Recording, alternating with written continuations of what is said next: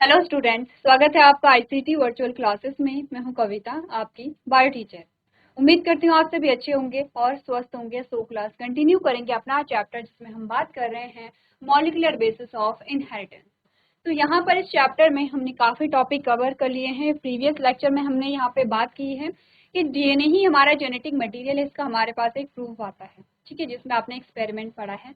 आगे और चीज़ें डिस्कस कर लेंगे।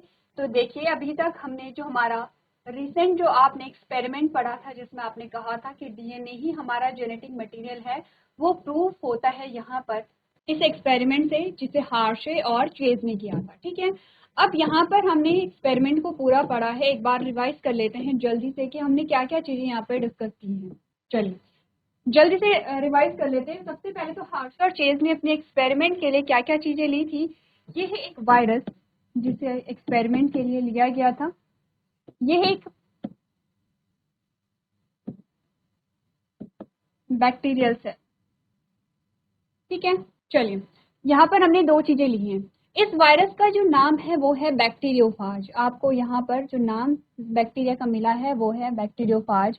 एक प्रकार का वायरस है जो कि क्या करता है, बैक्टीरियल सेल को इन्फेक्ट करता है। ठीक है, दो चीजें हो गई हैं। क्लियर है इतना।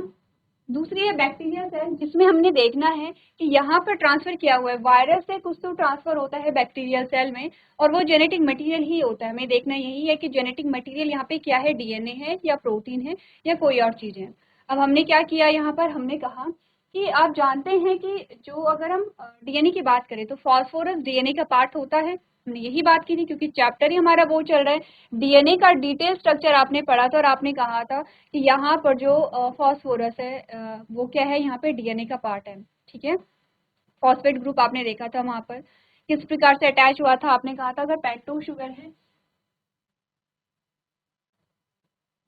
ये हमारे पास पेंटोस शुगर है, यहाँ से नाइट्रोजनस बेस ऐड हुआ था और यहाँ से फॉस्फेट ग्रुप ऐड हुआ था। ठीक है, H3CO4 हमारे पास आया था।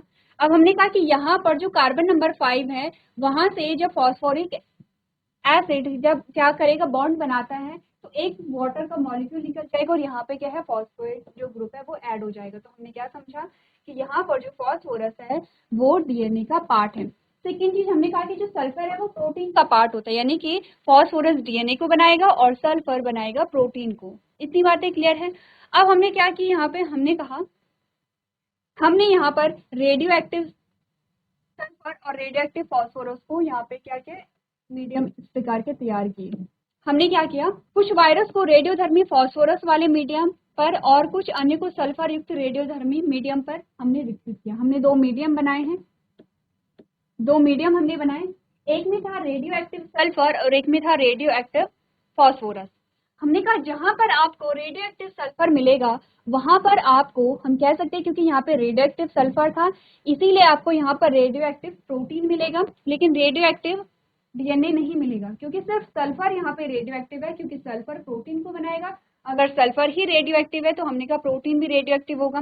दूसरा मीडियम था जिसमें हमने क्या कहा कि फॉस्फोरस, रेडियो एक्टिव फॉस्फोरस वाले मीडियम में हमने यहाँ पर क्या किया है, ग्रो करवाया है। तो हमने कहा क्योंकि फॉस्फोरस रेडियो एक्टिव है तो इसलिए फॉस्फोरस डीएनए बनाएगा और डीएनए भी क्या होगा, रेडियो एक्टिव होगा। तो यहाँ पर डीएनए रेडियो एक्टिव है, प्रोटीन नहीं है, और यहाँ पे प्रोटीन रेडियो एक्टिव है, डीएनए नहीं है। अब क्या किया गया, हमने कहा कि ये जो वायरस है ये क्या करेगा, इन्फेक्ट करेगा बैक्टीरियल सेल को। सेम चीज यहाँ पर भी होगी। अब हमें ये बताया गया था, हम आपको ये बताया गया था कि जो वायरस है वो पूरा का पूरा बैक्टीरिया सेल के अंदर नहीं जाता। अगर हम कहें कि वायरस होता क्या है, वायरस होता क्या, अगर मैं आपसे पूछूं, हमने कहा यह है जेनेटिक मटेरियल और यह है प्रोटीन की कवरिंग। प्रोटीन की कवरिंग और उसके अंदर जेनेटिक मटेरियल, सिर्फ इसी स्ट्रक्चर को हम क्या कह रहे हैं, यहाँ पर वायरस कह रहे हैं। तो आपने क्या देखा, यहाँ पे आपने देखा कि प्रोटीन की कवरिंग है और अंदर क्या है, जेनेटिक मटेरियल है, यही वायरस है।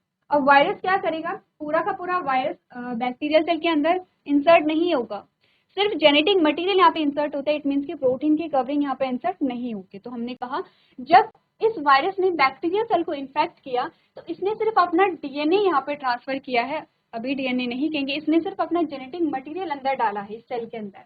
ठीक है, प्रोटीन की कवरिंग बाहर है। अब क्या होगा, ब्लेंडिंग किया जाएगा, और जब ब्लेंडिंग किया गया तो ये जो प्रोटीन की कवरिंग है ये वायरस की, ये सेल से दूर हो जाती है। ठीक है, सेल से दूर हो गई। हमारे पास दो सेल आई हैं, एक ये सेल है और एक ये सेल है। जब दोनों सेल का टेस्ट किया गया तो आपके अकॉर्डिंग आपको कैसे पता चलेगा कि जेनेटिक मटेरियल किस में है? हमने कहा जो चीज पास हुई है वही जेनेटिक मटेरियल है। ठीक है, अब यहाँ पर क्या हुआ, अगर डीएनए यहाँ पे पास हुआ है तो हमने कहा डीएनए कैसा होना चाहिए, नॉर्मल डीएनए होना चाहिए, रेडियो एक्टिव डीएनए यहाँ पे नहीं मिलना चाहिए। अगर प्रोटीन यहाँ पर क्या है, जेनेटिक मटेरियल है, तो आपको यहाँ पे रेडियो एक्टिव प्रोटीन मिलेगा, क्योंकि हमने कहा था कि यहाँ पर रेडियो एक्टिव प्रोटीन है और यहाँ पर क्या है, रेडियो एक्टिव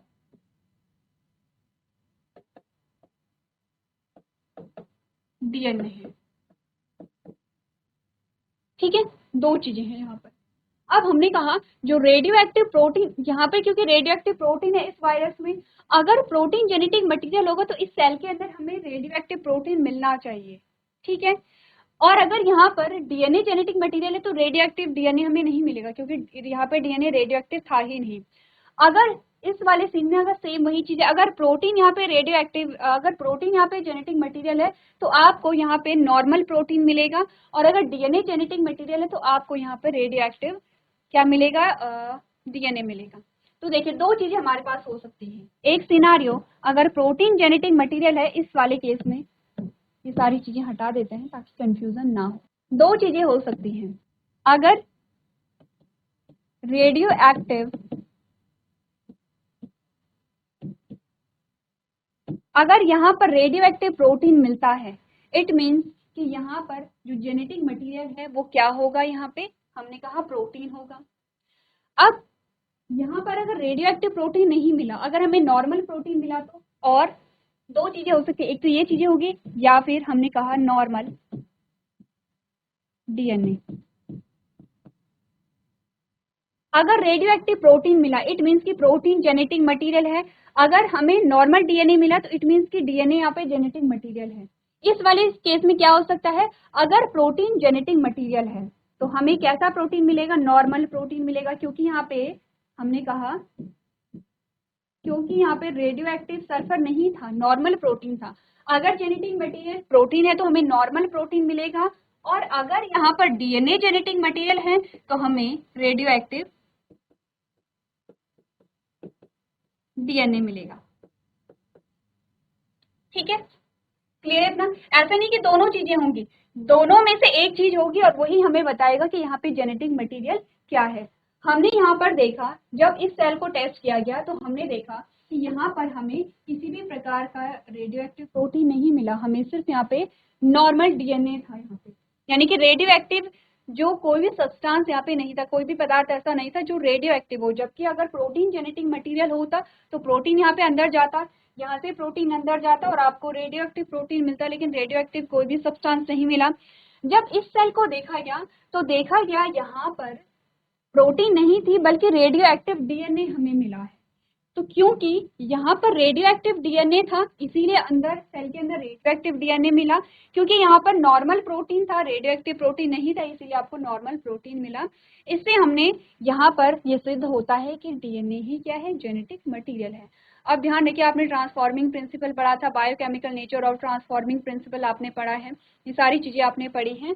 और इससे क्या सिद्ध होता है, तो हम कह सकते हैं, यहाँ पे हम कह सकते हैं जो बैक्टीरिया रेडियोधर्मी डीएनए वाले वायरस से संक्रमित थे वो रेडियोधर्मी थे। यह दर्शाता है कि डीएनए वो सामग्री थी जो वायरस से बैक्टीरिया तक पहुंची थी। जो बैक्टीरिया रेडियोधर्मी प्रोटीन वाले वायरस से संक्रमित थे वे रेडियोधर्मी नहीं थे। इससे संकेत मिलता है कि प्रोटीन वायरस से बैक्टीरिया में प्रवेश नहीं करता है। इससे साबित हुआ डीएनए एक आनुवंशिक पदार्थ है जो वायरस से बैक्टीरिया में स्थानांतरित होता है। सिंपल सी चीज ये बोली गई है कि ये बैक्टीरिया रेडियो एक्टिव नहीं था और ये बैक्टीरिया रेडियो एक्टिव था, क्योंकि ये जो बैक्टीरिया था ये क्या था, रेडियो एक्टिव प्रोटीन से संक्रमित था, और ये जो बैक्टीरिया है ये रेडियो एक्टिव प्रोटीन से संक्रमित था। तो जो चीजें सेल के अंदर गई वही क्या है, जेनेटिक मटेरियल है। यहाँ पे रेडियो एक्टिविटी नहीं मिली, यहाँ पे रेडियो एक्टिविटी मिली, इट मीन्स कि यहाँ पर क्या है, डीएनए पास हुआ है। इतनी बातें क्लियर है, इतनी बातें आपको क्लियर हो जानी चाहिए क्योंकि ये सारी चीजें हम पढ़ चुके हैं। अब नेक्स्ट जो हमारे पास टॉपिक आता है वो है प्रॉपर्टीज ऑफ जेनेटिक मटेरियल। क्या प्रॉपर्टी होती है जेनेटिक मटेरियल की, उसको एक बार देख लेते हैं। It become established that DNA is genetic material from the Hershey-Chase experiment। आपने कहा हार्शे और चेस के एक्सपेरिमेंट से इतना तो हम साबित होता है कि डीएनए ही क्या है, जेनेटिक मटेरियल है, पहला point. Second, in some viruses RNA was also reported as a genetic material, example है tobacco mosaic virus and QB bacteriophage etc। आपने कहा कि कुछ जो वायरस होते हैं, वैसे मोस्टली जो जेनेटिक मटेरियल होगा वो डीएनए ही होगा, लेकिन कुछ ऐसे वायरस भी होंगे जिनमें कुछ ऐसे वायरस होंगे कि जिनमें जो जेनेटिक मटेरियल है वो आरएनए भी हो सकते हैं। मोस्टली क्या होंगे, डीएनए पाया जाएगा। आरएनए की अगर बात आ रही है तो हम बात कर रहे हैं यहाँ पर किसके बारे में, वायरस के बारे में। अब कैरेक्टरिस्टिक्स ऑफ जेनेटिक मटेरियल, क्या क्या कैरेक्टर हैं। It should be able to replicate, इसमें क्या होनी चाहिए, रेप्लिकेशन की प्रोसेस होनी चाहिए। क्यों प्रोसेस होनी चाहिए, क्योंकि सिंपल सी बात है, आप हायर क्लासेस में आ चुके हैं, अब आप इतना समझते हैं, आप सेल डिवीजन को आपने पढ़ लिया है क्लास 12th में, आपने रिप्रोडक्शन को समझ लिया है, और आप इतना समझते हैं कि जब भी यहाँ पर क्या होगा, सेल डिवीजन जब हो रही थी तो उसमें एक्चुअली में हो क्या रहा था, ये अगर क्रोमोसोम है तो आपने कहा इसकी एक और कॉपी इस प्रकार से बन रही थी। इन शॉर्ट जो जेनेटिक मटेरियल है उसका अमाउंट क्या हो रहा है, डबल यहाँ पर हो रहा है, ठीक है। और हमने कहा क्यों डबल हो रहा है इसका अमाउंट, इसका रीजन भी हमने वहां पे डिस्कस किया था। तो आपने कहा कि जो जेनेटिक मटेरियल है उसमें रेप्लिकेशन की जो प्रोसेस है वो होनी चाहिए। It should B chemically and structurally stable, stable होना चाहिए, ऐसे नहीं कि फ्रीक्वेंटली कोई भी चेंजेस आ रहे हैं। आपने पढ़ा था कि म्यूटेशन अगर होता है तो उसका बहुत रेयर केसेस होते हैं म्यूटेशन के, उसके कोई ना कोई रीजन होता है, हो सकता है कि बायोलॉजिकल कोई रीजन हो, ठीक है, हो सकता है केमिकल कोई रीजन हो सकता है इन्वायरमेंटल कोई फैक्टर हो, जैसे आपने कहा यूवी रेडिएशन से म्यूटेशन हो सकता है। आपने कहा अगर हम बायोलॉजिकली कहें तो आपने कहा कि डीएनए के सीक्वेंस में कोई चेंज हो गया है बायोलॉजिकली। अगर केमिकल्स की बात करें कि कोई बहुत टोबैको कंज्यूम करता है, उससे आपके डीएनए में क्या हो गया, चेंजेस आ गए हैं। तो यहाँ पर जो म्यूटेशन होता है, म्यूटेशन क्या है, एनी चेंजेस, किसी भी प्रकार का परिवर्तन जेनेटिक मटेरियल में, वो इतना इजीली नहीं होता है, इतना फ्रीक्वेंट नहीं होता है, बहुत रेयर केसेस होते हैं म्यूटेशन के। तो म्यूटेशन बहुत रेयर क्यों होता है, क्योंकि जेनेटिक मटेरियल कैसा होना चाहिए, स्टेबल होना चाहिए, स्ट्रक्चरली भी और केमिकली भी। ऐसा नहीं है कि केमिकल नेचर अगर फ्रीक्वेंटली चेंज हो रहा है, आपने कहा प्रोटीन भी फ्रीक्वेंटली चेंज होगी, आपने कहा कैरेक्टर भी आपको फ्रीक्वेंटली चेंज होते हुए दिखाई देंगे, और अगर ऐसा फ्रीक्वेंटली चेंजेस हम यहाँ पर देखते हैं तो आपने कहा आप किसी भी चीज की स्टेबल स्टडी नहीं कर सकते हैं, क्योंकि आपको नहीं पता है कि जो केमिकल नेचर है वो कब चेंज हो जाए जेनेटिक मटेरियल का। इसीलिए जेनेटिक मटेरियल का जो केमिकल नेचर है, जो उसका स्ट्रक्चर है, वो कैसा होना चाहिए, स्टेबल होना चाहिए, स्थायी होना चाहिए। It should provide scope for slow changes, mutation that are required for evolution। आपने कहा स्टेबल हो, फ्रीक्वेंट चेंजेस ना हो, लेकिन ऐसा नहीं कि कोई चेंज होगा ही नहीं। अगर कोई भी चेंज नहीं होगा, कभी भी कोई चेंज नहीं होगा, आपने कहा इवोल्यूशन तो होगा ही नहीं, आपको यहाँ पर विकास देखने को नहीं मिलेगा, आपको नई स्पीशीज देखने को नहीं मिलेंगे। तो यहाँ पर दोनों चीजों में कंफ्यूज नहीं होना है, फ्रीक्वेंट चेंजेस नहीं होने चाहिए, केमिकल स्ट्रक्चर सेम होना चाहिए, स्टेबल होना चाहिए, लेकिन यहाँ पर जो चेंजेस हैं वो बहुत स्लो होने चाहिए। जैसे कि आप देखते कई हजार सालों बाद आपको नई स्पीशीज देखने को मिल सकती है, ऐसा नहीं कि मिलेगी, मिल सकती है। आपने कहा चेंजेस हो लेकिन इतने स्लो हो कि वहां पर ऐसा नहीं कि एकदम फ्रीक्वेंट चेंजेस आपको देखने को मिल रहे हैं। तो हमने क्या क्या प्रॉपर्टीज यहाँ पे पढ़ी, आपने कहा यह स्थापित हो गया कि हर्शे और चेस प्रयोग ट्रेड यानी आनुवांशिक पदार्थ है, ठीक है, ये तो आपको समझ आ गया है। कुछ वायरस में आरएनए को आनुवांशिक पदार्थ के रूप में भी बताया गया है, जैसे तंबाकू mosaic virus and QB bacteriophage आदि। अब यहाँ पर आनुवांशिक पदार्थ के क्या क्या लक्षण आपने पढ़े, यह प्रतिकृति करने में सक्षम हो, ठीक है, अपनी कॉपी बनाने में सक्षम हो, रासायनिक संरचना और संरचनात्मक रूप से स्थिर होना चाहिए, इसमें धीमे बदलाव हो। जैसे हमने कहा म्यूटेशन जो होते हैं वो बहुत रेयर होते हैं, ऐसा नहीं कि आप म्यूटेशन देखते चले जा रहे हैं, आपको बहुत रेयर केसेस में म्यूटेशन देखने को मिलता है। और अगर म्यूटेशन होता है तो एकदम से नहीं होता है, बहुत सालों की या बहुत सारी जनरेशन के बाद आपको म्यूटेशन देखने को मिल सकता है। तो कैसे होते हैं, धीमे बदलाव, यानी कि उत्परिवर्तन की गुंजाइश होनी चाहिए, जो विकास के लिए क्या हो, यहाँ पे आवश्यक हो। तो चलिए कुछ पॉइंट्स हमने यहाँ पे डिस्कस किए हैं, उन पॉइंट्स को आप अपनी कॉपी में नोट करेंगे। चलिए नेक्स्ट टॉपिक जो हमारे पास आता है उसे देख लेते हैं। आपको बोला गया बोथ न्यूक्लिक एसिड जो दोनों न्यूक्लिक एसिड है, कौन से, deoxy nucleic acid and ribose nucleic acid, have the ability to direct duplication. आपने कहा कि दोनों डीएनए और आरएनए में क्या है, यहाँ पर दोनों में क्या होती है, डुप्लीकेशन की कैपेसिटी यहाँ पे पाई जाती है। Stability can be explain in DNA as the two strand being complementary if separated by a heating come together in appropriate condition. आपने बोला कि डीएनए की स्थिरता को हम इस प्रकार से समझा सकते हैं कि दो स्ट्रैंड पूरक होते हैं और यदि गर्म करके इन्हें अलग किया जाता है तो उपयुक्त परिस्थितियों में एक साथ आते हैं। देखिए हमने क्या बोला, डीएनए क्या होता है, डबल स्ट्रैंड होता है इस प्रकार से, जिसे हमने 3' 5' 3' और 5' हमने कहा है। और इस प्रकार से क्या होते हैं, ये हमने कहा बीच में क्या होते हैं, ये नाइट्रोजनस बेस होते हैं, ये शुगर फॉस्फेट की क्या है, बैकबोन है, और ये क्या होते हैं, बीच में हमारे नाइट्रोजनस बेस होते हैं। दोनों जो स्ट्रैंड है वो एक दूसरे से पूरक है। और आपने कहा कि अगर हीट की वजह से इन्हें सेपरेट किया भी जाता है तो बाद में जब नॉर्मल कंडीशन आती है तो ये एक साथ फिर से क्या होते हैं, आ जाते हैं। यही हमने पढ़ा है। Stability can be explained in the DNA as the two strands being complementary if separated by heating come together in appropriate condition। अब हमने क्योंकि ये बोला था कि जेनेटिक मटेरियल में स्टेबिलिटी होनी चाहिए, तो डीएनए की स्टेबिलिटी हम यहाँ से देख सकते हैं। The second alcohol group present at every nucleotide in RNA is a reactive group and make RNA labile and easily degradable, hence it is reactive। आपने बोला यहाँ पर जो आरएनए में प्रत्येक न्यूक्लियोटाइड में मौजूद जो 2 सेकेंड जो अल्कोहल समूह एक प्रतिक्रियाशील समूह है और आरएनए को अस्थिर और आसानी से विघटनीय बनाता है, इसीलिए यह क्या है, प्रतिक्रियाशील होता है। ठीक है, नेक्स्ट हमने बोला DNA is chemically less reactive and structurally more stable when compare to RNA. अगर डीएनए और आरएनए का कंपैरिजन किया जाए तो हमने कहा डीएनए ज्यादा क्या है, स्टेबल है, क्लियर है, और कम क्या है यहाँ पे आपने कहा रिएक्टिव। आपने कहा DNA is chemically less reactive and structurally more stable. DNA क्या है, कम रिएक्टिव है, कम प्रतिक्रियाशील है, और अगर स्ट्रक्चरली देखें तो ज्यादा स्थिर है, ज्यादा स्टेबल है as compare to RNA. It means कि क्या हुआ होगा, आरएनए ज्यादा क्या है, क्रियाशील होगा और ज्यादा यहाँ पे क्या है, अनस्टेबल है।